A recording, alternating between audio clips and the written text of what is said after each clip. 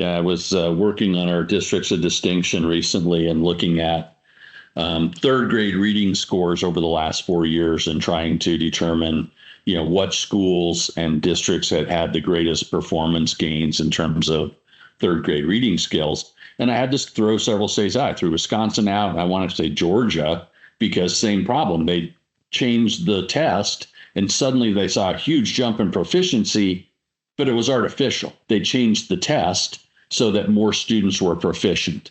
And Colorado's looking at doing the same thing. So it's not an unusual kind of circumstance where, the state has complete autonomy to decide where they want to set those standards for proficiency.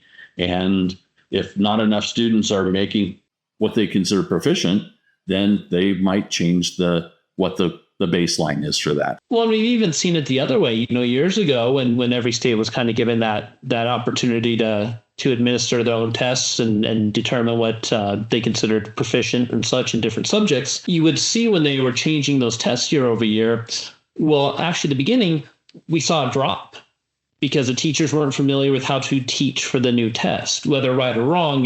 That's a different webinar altogether.